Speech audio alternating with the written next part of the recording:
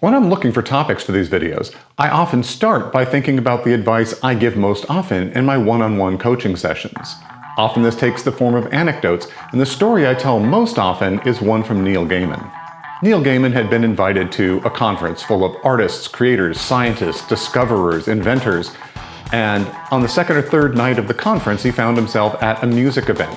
And he was standing in the back talking to an elderly gentleman that he'd met, and they'd bonded over, among other things, their shared name. They were both called Neil. And this other man was saying that he felt very out of place there because these people were amazing. They'd done so much. They'd created so much. And he says, what the heck am I doing here? After all, I just went where people told me to go. And Neil Gaiman said, but Neil, you were the first man to walk on the moon. Which just goes to show, imposter syndrome is universal. Hi, I'm Lance, and welcome to Feel the Boot.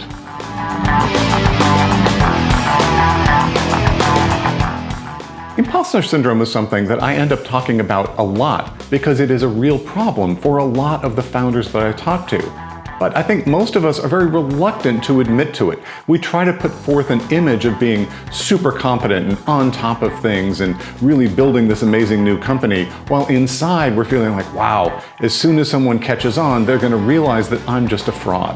And that really is the core of imposter syndrome, is that feeling of being a fraud, of being concerned that you'll be caught out, despite the fact that there's usually ample evidence of your competence. One survey in England showed that 85% of respondents felt like frauds or inadequate in their work environment, despite the fact that only 25% of them had ever even heard the term imposter syndrome. One of the problems with imposter syndrome is it can be paralyzing. People feel like they don't know enough. They are often perfectionists. They get stopped from moving forwards because of this self-doubt. And that really is the core of the problem. I think about this issue a lot because I also have imposter syndrome, despite the objective facts of my business success, my scientific educational success, success with my family, monetary outcomes, the fact that I'm surrounded by people who seek me out for advice. This would seem to be objective evidence that I've got something going on, but yet I am constantly plagued by this feeling that I'm not up to it, particularly with respect to this channel. Every time I take on a new topic, I always feel like, but why should I be talking about this? What do I have to contribute?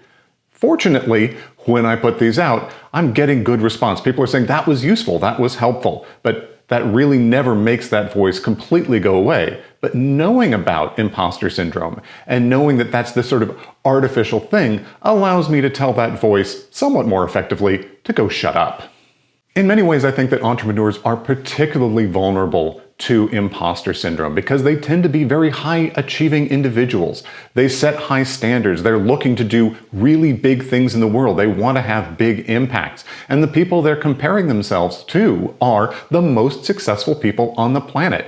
They're not comparing themselves to Joe who owns a shoe shop down the lane. They're looking at Bill Gates or Elon Musk or Steve Jobs, really hugely successful people, of which there are only a handful on the planet. But that's what we are aspiring to. And when that's what you're comparing yourself to all the time, it makes it very easy to feel inadequate, despite the fact that you're still far more competent and successful than almost anyone else in the world.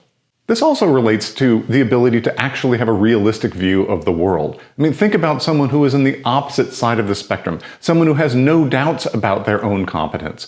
They're going to run roughshod over all sorts of things. They're not going to stop and question their first impulse. And that can cause a lot of damage in a company where it's important to think through the decisions you're making. In fact, there's a name for this too. It's called the Dunning Kruger effect. And it's related to the fact that the more competent you are, the less confident you are, and vice versa. Incompetent people tend to radically overestimate how competent and knowledgeable they actually are. So if you are doubting yourself, that's probably a good sign that you actually understand the complexities of what you're doing. The people who have total confidence in all of their decisions often do so because they actually have no idea how complicated this thing actually is.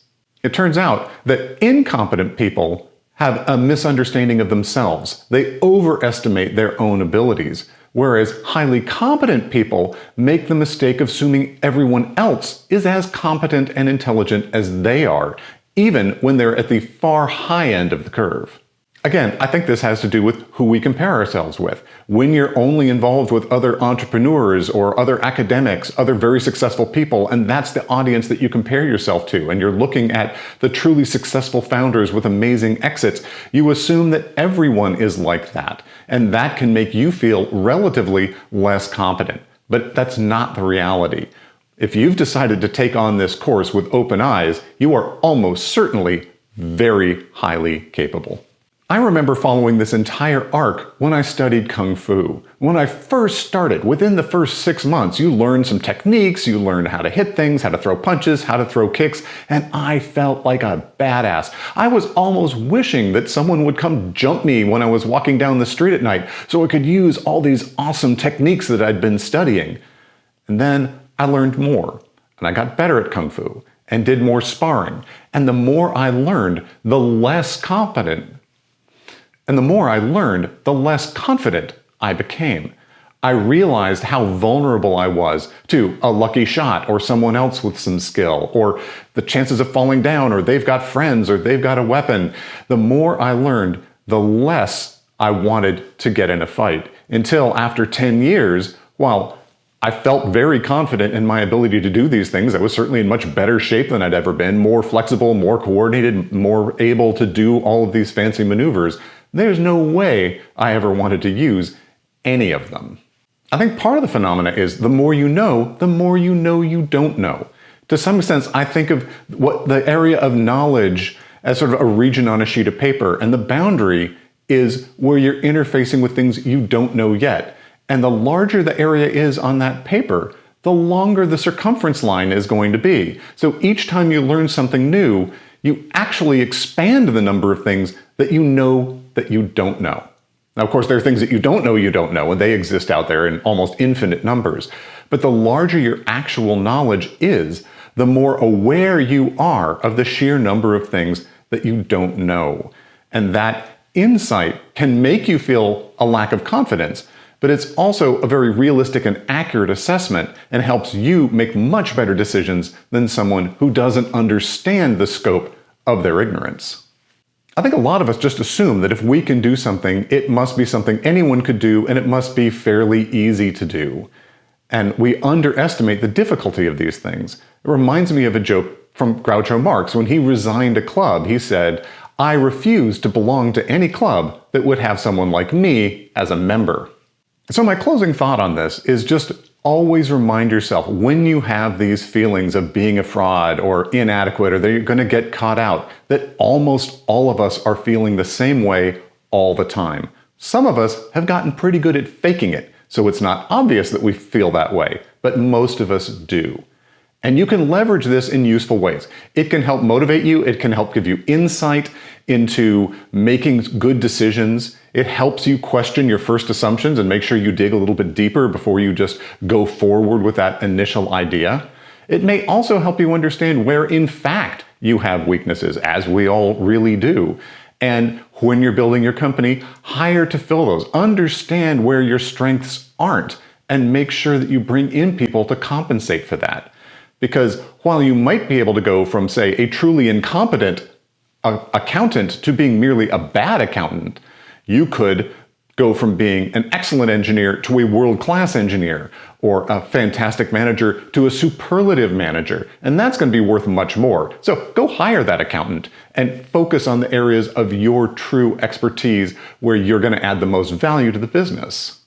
And sometimes people get hung up on things like credentials or formal experience. Those really don't matter. Having a piece of paper that says that you've achieved something doesn't actually mean you're very good at it, or you've accomplished something that's important. What matters is, what do you know? What can you do? How can you use the knowledge you've got?